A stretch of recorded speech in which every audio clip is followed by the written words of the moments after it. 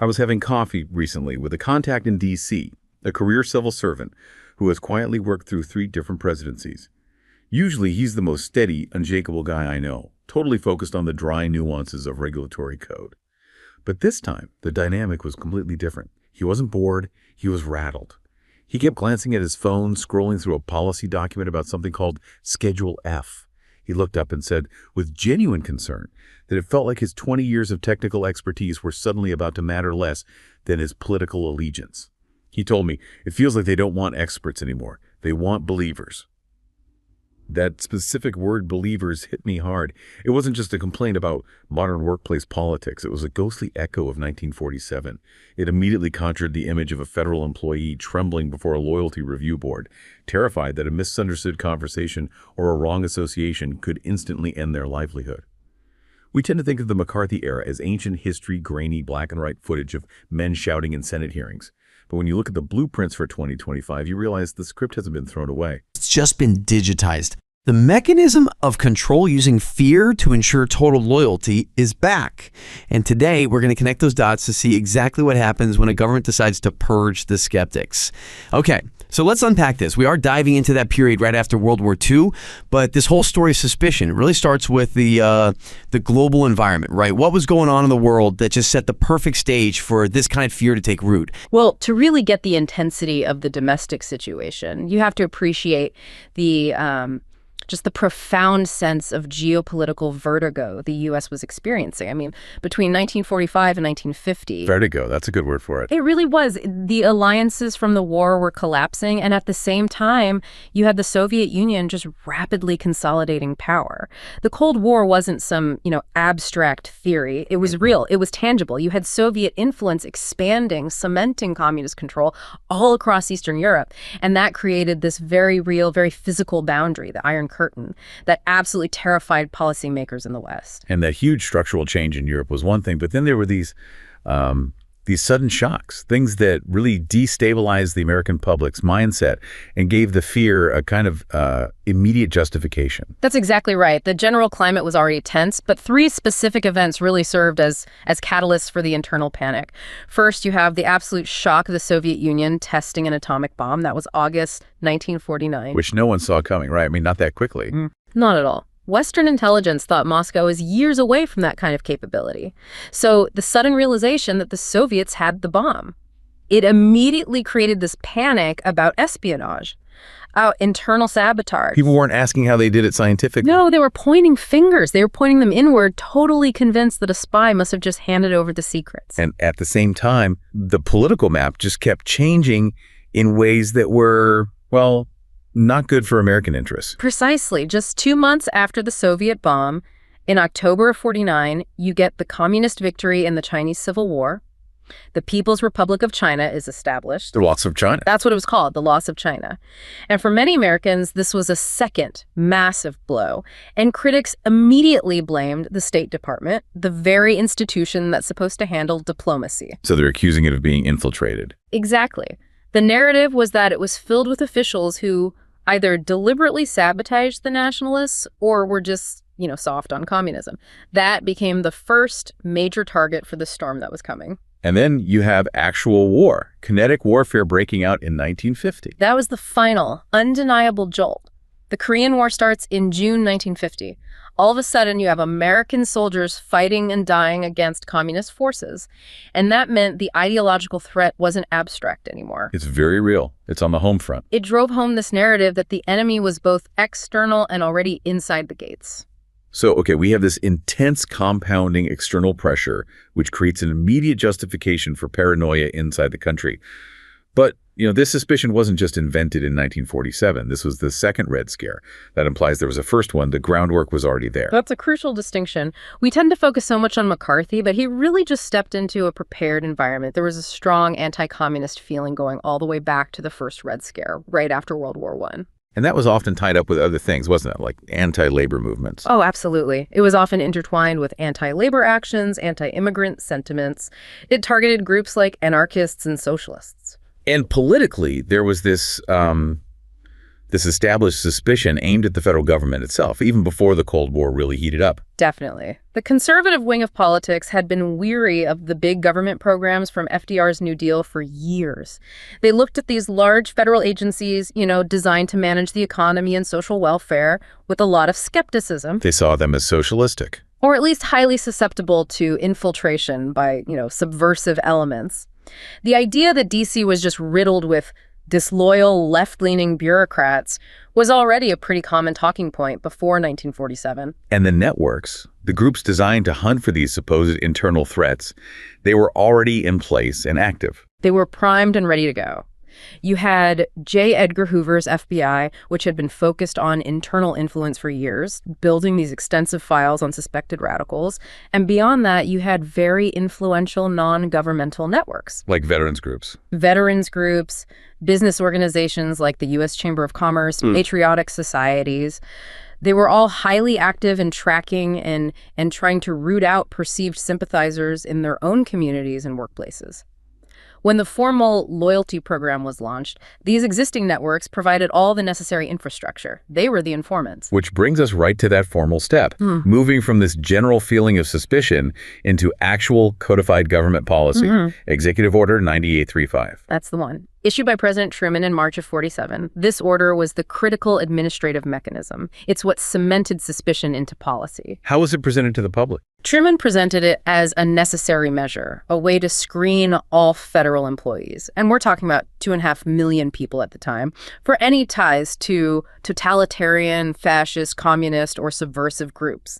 But the deeper effect was that it enshrined the government's right to investigate the political beliefs and associations of its own employees. So how did this order actually institutionalize fear? I mean, on the surface, it sounds a bit like a modern background check. It was so much more than that because of the mechanisms it created. First, it set up these federal loyalty review boards run by the Civil Service Commission, and that shifted the entire culture of federal service. It went from being based on professional competence to being based on ideological purity. And the second part was the list. The second, and this is absolutely crucial, was the creation of the Attorney General's list of subversive organizations, a glosso. A glosso. The list that basically enabled guilt by association. Precisely.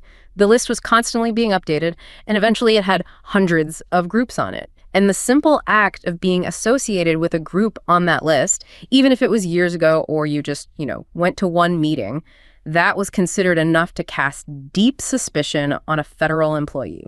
It formalized this idea that who you associate with could end your career. Yes. It normalized the idea that the state had the right to judge and punish your political associations. Loyalty became this bureaucratic and intensely personal hurdle you had to clear. And once that federal model was in place, it didn't just stay in Washington, D.C. It spread like a virus across the country. The spillover effect was incredibly rapid and pervasive. State and local governments, driven by the same Cold War anxieties and really encouraged by the federal precedent, they quickly adopted their own loyalty screening programs. And well, beyond government, too. Oh, far beyond. It jumped into the private sector. Universities, public schools, private employers, especially any company with government contracts or any kind of public visibility, they all started implementing loyalty checks and loyalty oaths. So it normalized this idea that your politics could get you in trouble anywhere, not just in a government job. Exactly. It forced this widespread self-censorship long before Joseph McCarthy's name was even a household word. So by 1950, you have this rich soil of fear. The seeds of suspicion have been planted by the global climate, and the whole architecture of loyalty review is built right into the government. And that is when the main catalyst arrives. Senator Joseph McCarthy. He just explodes into the national consciousness in February 1950. That speech in Wheeling, West Virginia was his defining moment. It was highly theatrical, and he leveraged every single existing anxiety. He claimed he had a list of communists. A list of communists working inside the State Department. The very department that was already being blamed for the loss of China. By doing that, he just grabbed the national consciousness. He wasn't introducing a new fear.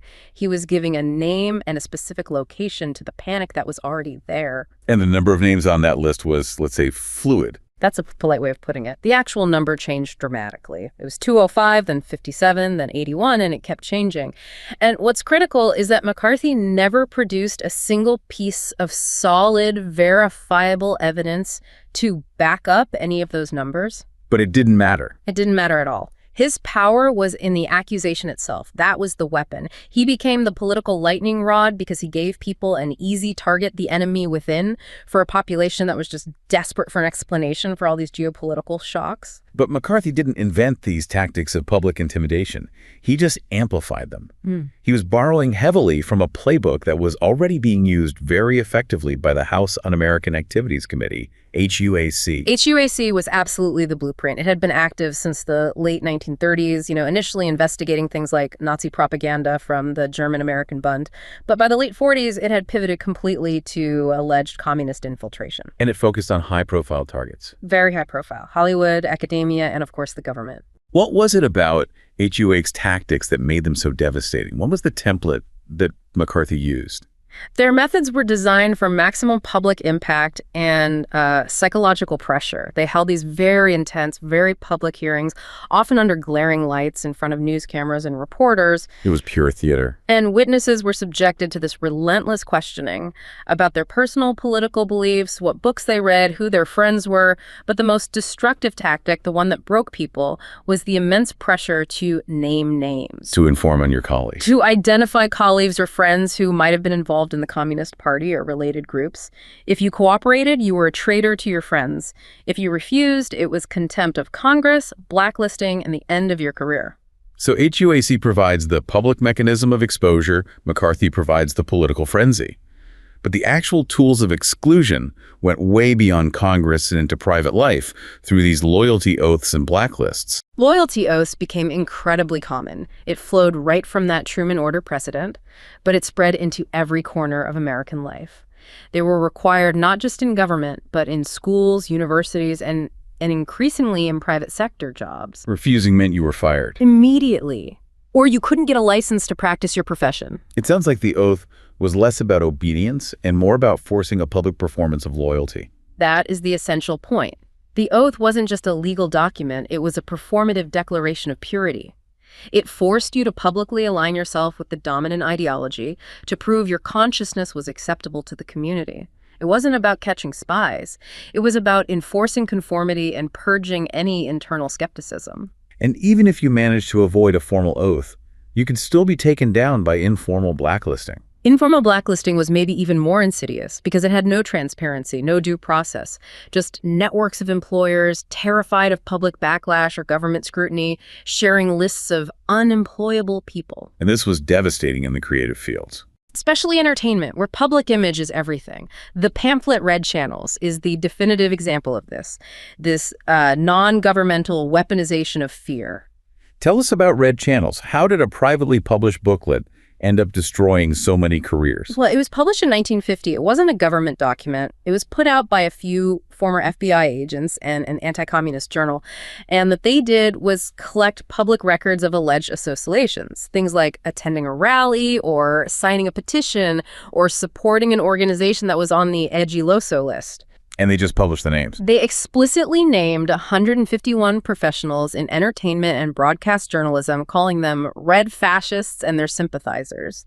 And that publication basically became a ready-made blacklist for studio heads, for advertisers, for network executives who were terrified of a boycott or being called before HUAC themselves. So the corporations didn't even need the government to tell them who to fire. They just outsourced their own compliance out of fear. Exactly. The publication effectively ended the mainstream careers of almost everyone named in it. Writers, actors, journalists.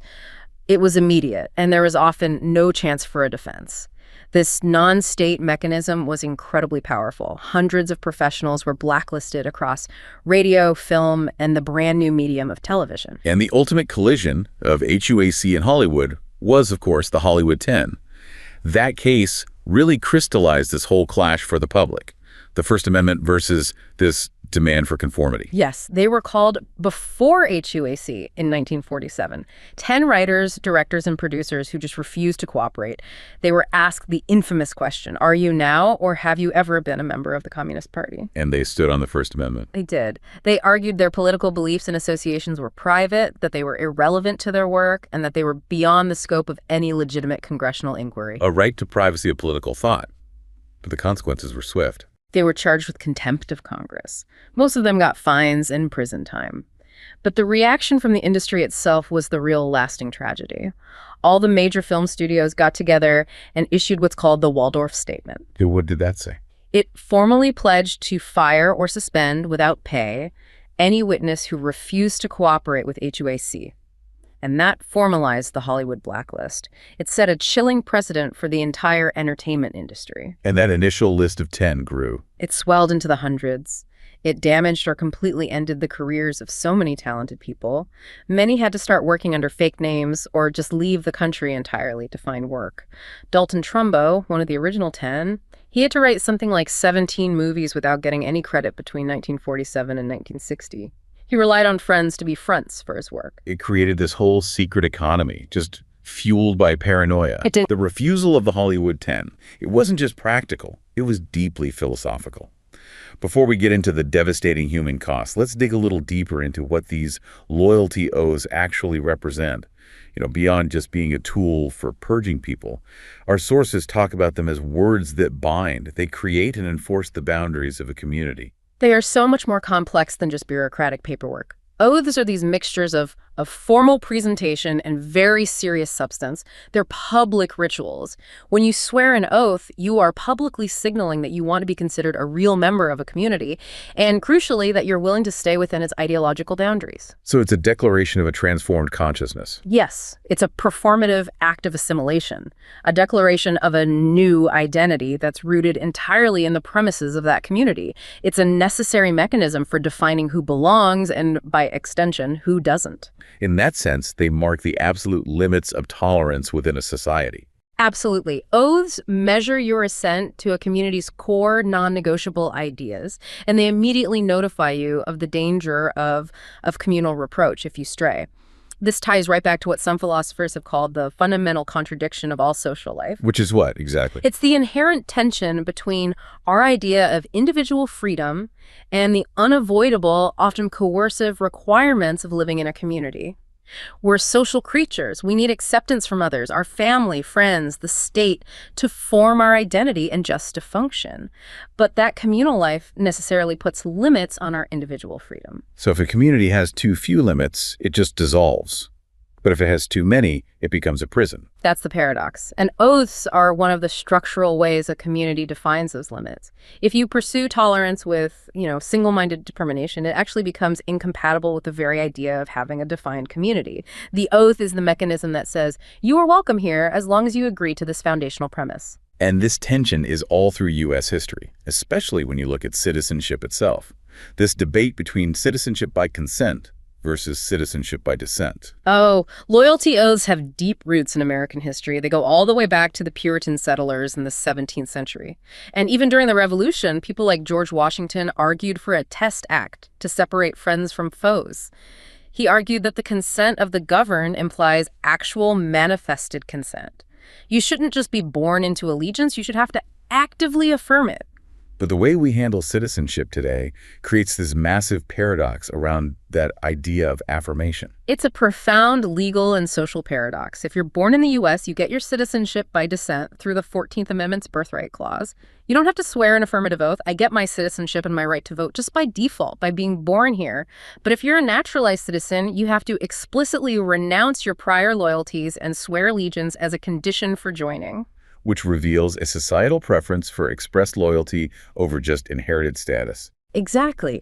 And that renunciation requirement, the abjuration of prior loyalties, that speaks directly to the core fear of dual attachment. This fear that you can't serve two masters. Precisely. The loyalty oath demands an exclusivity of attachment. One country, one spouse, one God. Dual loyalty, or what was called imperium, in imperio, a state within a state, is seen as a logical absurdity by those who demand total commitment, especially in a crisis. The idea is that if a conflict arises, you have to have an unequivocal, prioritized commitment. And the oath is supposed to guarantee that. We saw the very real and pretty chilling result of this demand for exclusivity in the case of Tomoya Kawakita, which was about allegiance during wartime. Kawakita was a dual U.S. and Japanese citizen. He kept his U.S. citizenship, but he lived in Japan during World War II. Despite living abroad, he was later prosecuted and convicted of treason for mistreating American POWs. And the Supreme Court upheld it. They did. The reasoning was that by retaining his U.S. citizenship, He also retained the obligation of allegiance, even while living in an enemy country. The duty of allegiance that comes with citizenship demanded exclusivity. Failing to renounce his U.S. citizenship meant he retained the full duty of loyalty. So the philosophical premise has very sharp, real-world teeth. That institutional and philosophical framework of suspicion, this fear of a state within a state, and the demand for exclusive allegiance, it led to this deeply pervasive, destructive fear in the 1950s. We need to shift now from the concept of loyalty to the devastating human price. We have 3 stories from our sources that just perfectly illustrate this price of conformity. Let's start with Arthur, the career diplomat. His story really is a focal point for understanding the vulnerabilities of our democratic institutions. Arthur's story is a devastating lesson in how institutions can just turn on their own people. In 1951, he was a career diplomat at the State Department, someone who deeply believed in the integrity and professionalism of his job. And then he gets called before a loyalty review board. Not for a crime. No, not for a crime, but because of a file that contains circumstantial evidence of slight liberalism. He was, in effect, being accused of being part of that dreaded imperium in imperio, the internal disloyal state. And the evidence against him was just so flimsy. It's almost comical if it weren't so tragic. It was utterly threadbare. A subscription receipt for a liberal magazine from back when he was in college, and the fact that he attended a dinner party where a known but distant socialist was also a guest. The board's questions were intrusive, relentless. They were focused on his intellectual life, his associations, not his diplomatic competence. But the key procedural tragedy here is that the burden of proof completely shifted. That is the structural breakdown. The institution could no longer tell the difference between genuine dissent or, liberal association and actual treason. The accusation became the proof. Arthur had to spend his life savings on lawyers and private investigators. He exhausted all his personal resources over months just to prove a negative that he wasn't disloyal. He had to prove his ideological purity instead of the government proving he was a security risk. Exactly. And even after he technically won his case and kept his job, the system still found a way to completely neutralize him. Right. He was effectively sidelined, moved to a dusty basement office with no meaningful work. His expertise was just ignored. He became a leper inside the very system he had served so faithfully. The procedure was clean, he wasn't fired, but the purge was absolute. And that bureaucratic sidelining shows how easily fear just compromises the integrity of a system. It moves the focus away from professional competence to ideological alignment. His story is just such a powerful reminder that safeguarding democratic institutions means protecting the internal rules that keep the system fair, making sure that technical experts are valued over political believers. That inversion of justice is deeply chilling. Now, let's shift to the academic world and look at Evelyn, the literature professor. Her story really examines the mechanisms of loyalty demands and the suppression of free speech. Evelyn's narrative is a profound exploration of academic freedom. She was a respected professor in California in 1950. Her field was 19th century European poetry. About as far from revolutionary politics as you can get. Yet she was faced with the mandatory loyalty oath imposed by the Board of Regents at her university. A direct formal demand for performative purity, just to keep your job. Yes, as a condition of continued employment and really intellectual participation. The pressure in the faculty lounge must have been suffocating. It was immense, but often very quiet.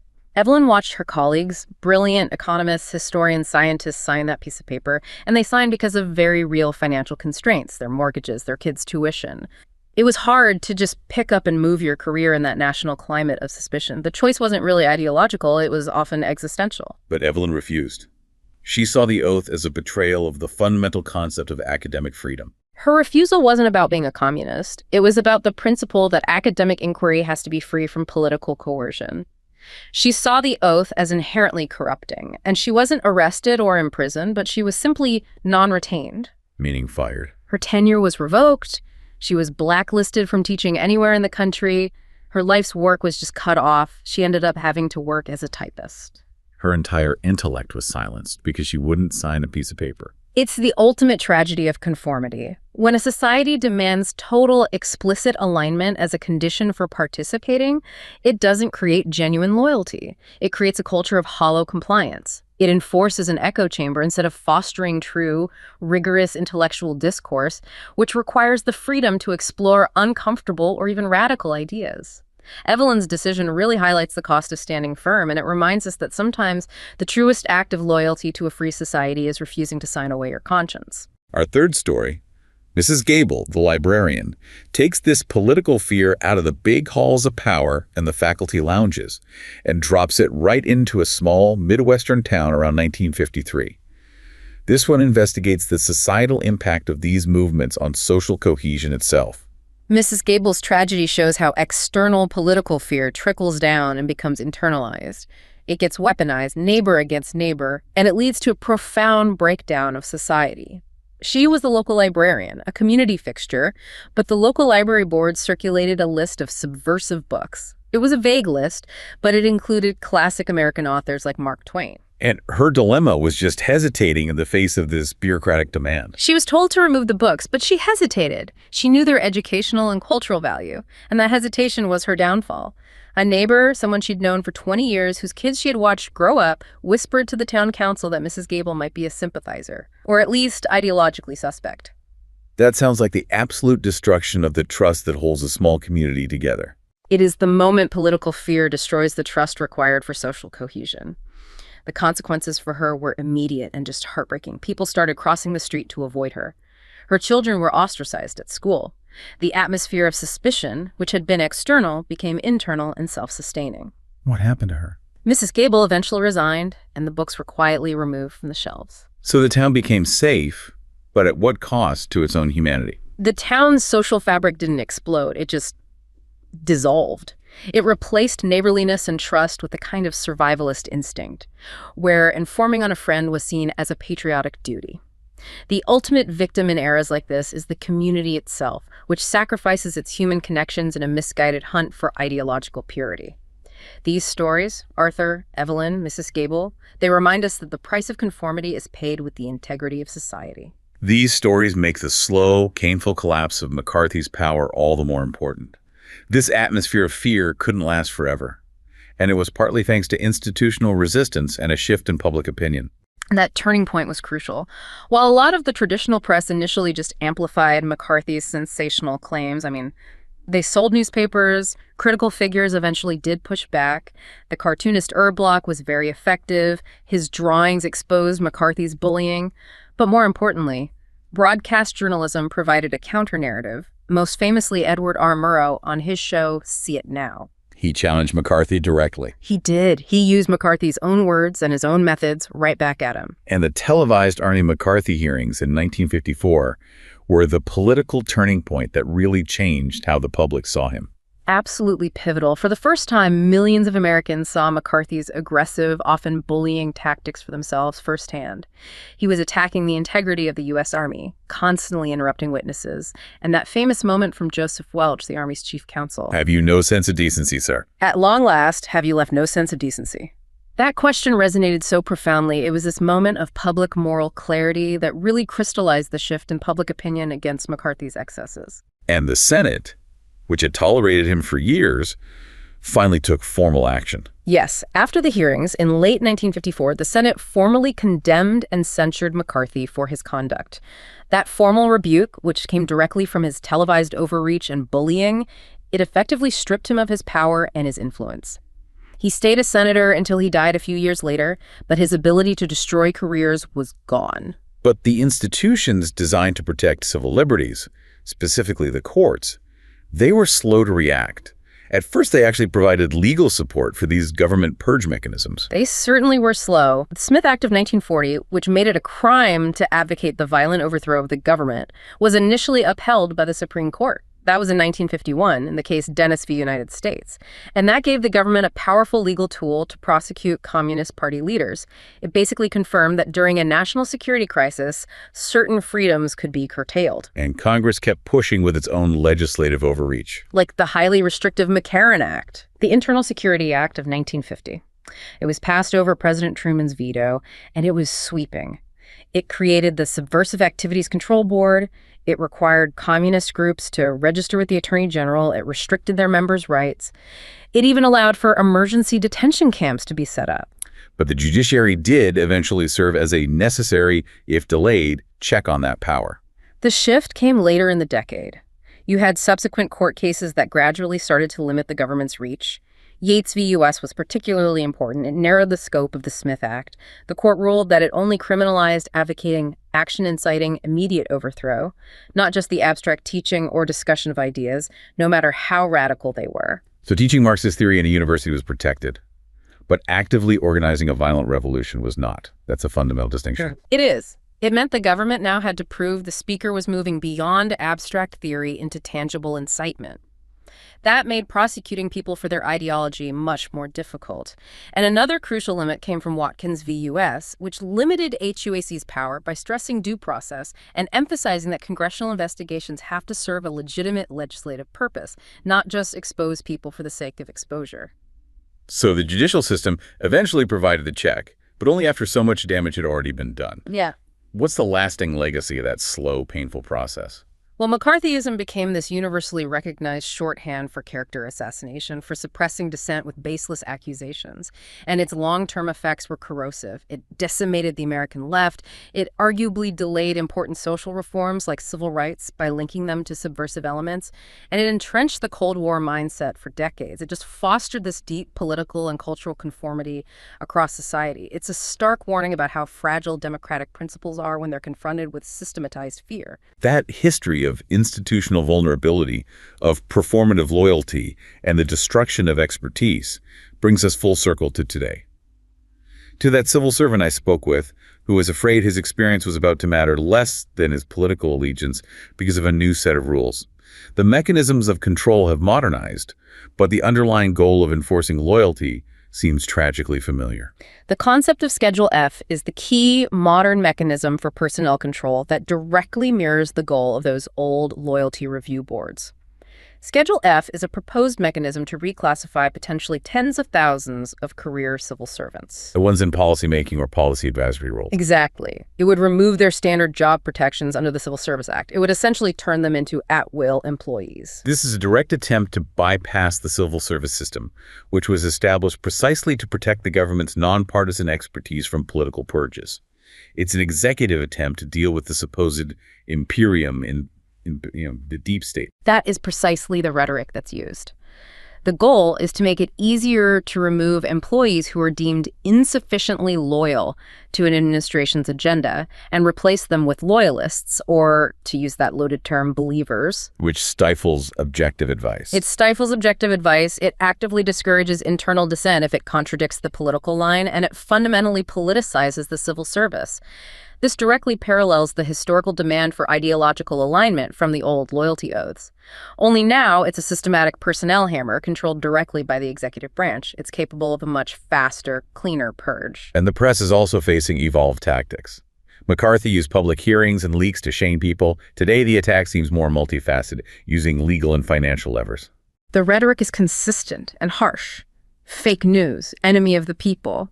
It's all designed to undermine media credibility and delegitimize critical reporting. But the methodology has changed significantly. We're seeing a shift toward legal threats, like aggressive libel lawsuits against news outlets. There are also growing concerns about potential DOJ or FBI investigations and subpoenas that target journalists to expose their sources. An action that chills reporting at its core. And controlling access is a highly effective, non-legal form of pressure. Right. Critical outlets reportedly face reduced access to official briefings or key officials, which makes objective reporting incredibly difficult. Meanwhile, more favorable outlets get privileged access and exclusive leaks, which creates an information imbalance. And beyond that, you have escalating regulatory pressure. Proposals to pressure the FCC. Challenge broadcast licenses based on perceived bias, and proposals to actively defund public media like PBS and NPR. The approach targets the financial and structural integrity of critical media institutions much more systematically than McCarthy's social shaming ever could. Now let's look at academic pressure, which feels so familiar after hearing the story of Evelyn the professor. The atmosphere starts with rhetoric, but the real pressure points are financial. Yes. The atmosphere begins with hostile rhetoric, labeling universities as centers of Marxism or woke ideology. But the real power is financial leverage. It's controlling the purse strings. There are reports of federal research grants being frozen, reviewed, or potentially cut, often linked to investigations of campus protests or alleged ideological bias on subjects like critical race theory. This creates instant internal pressure on universities to conform politically just to maintain their funding. And this interference targets the core structure of how universities are managed and what they teach. Absolutely. Executive orders targeting diversity, equity, and inclusion DEI initiatives are examples of curriculum and structural interference. But the systemic threat goes even deeper. You have proposals to reduce federal education funding overall and, most powerfully, to potentially intervene in the accreditation process. Which is the lifeblood of most universities. Accreditation is essential for a university to get federal student aid funding. Threatening accreditation is ideological pressure applied directly through economic dependence. That is a tool far more systematic than the simple loyalty oath imposed by a board of regents in 1950. It's also important to recognize that the information environment itself is now a fundamentally different weapon, one that McCarthy didn't have. That's the fundamental shift that changes the speed and the reach of these purges. We've moved from centralized traditional media gatekeepers newspapers, the big three networks, to a fragmented digital landscape. Social media lets the executive branch communicate directly to supporters, completely bypassing traditional media filters and fact-checking. And this environment actively amplifies inflammatory content. And the introduction of synthetic content adds a new, terrifying layer. The rise of AI-generated deepfakes and digitally manipulated media, it introduces a layer of potential manipulation that just did not exist in the 1950s. It makes spreading disinformation much faster and more complex. It erodes the public's ability to even know what's true, which makes people more susceptible to these narratives of internal disloyalty and subversion. So if we synthesize all this, the historical reliance on congressional investigative power has really morphed into something new and potentially more potent. The source of pressure has structurally shifted. McCarthyism relied heavily on congressional investigative power, on subpoenas, and on leveraging social stigma through private institutions and the press. The contemporary pressure focuses much more on systematic executive power. Executive orders, control over regulatory agencies like the DOJ, the FCC, the IRS, control over federal funding, and personnel decisions through things like Schedule F. In short, the core strategy is the same. Leverage fear to demand conformity. But the methodology has shifted from a chaotic, public legislative approach to a more systematic, targeted, and arguably more efficient executive action model. That's the key synthesis. This new methodology potentially allows for faster and more comprehensive pressure against institutions by concentrating authority in the executive branch and using budgetary and personnel controls as weapons against skepticism and dissent. The old loyalty purge was public and slow. The new model is administrative and systemic. We started this deep dive with the profound, unshakable fear of a career civil servant, someone concerned that expertise no longer matters, only belief. We trace that ghostly echo back to 1947, detailing how McCarthyism and its architects used loyalty oaths, HUAC hearings, and devastating social pressure to enforce ideological conformity across government, Hollywood, and academia. We've also explored that philosophical foundation that demands exclusive loyalty and fears the concept of a state within a state. And we have seen that while the tools change, from the formal loyalty oath to the threat of Schedule F, from the televised hearing to direct digital intimidation and funding leverage, the underlying objective of ensuring total alignment and purging critics remains a constant vulnerability for democratic institutions. The stories of Arthur, the sidelined diplomat, Evelyn, the silenced professor, and Mrs. Gable, the ostracized librarian, they remind us that when loyalty demands replace professional competence and communal trust, the cost is borne not just by the individual, but by the integrity and the fundamental cohesion of the entire society.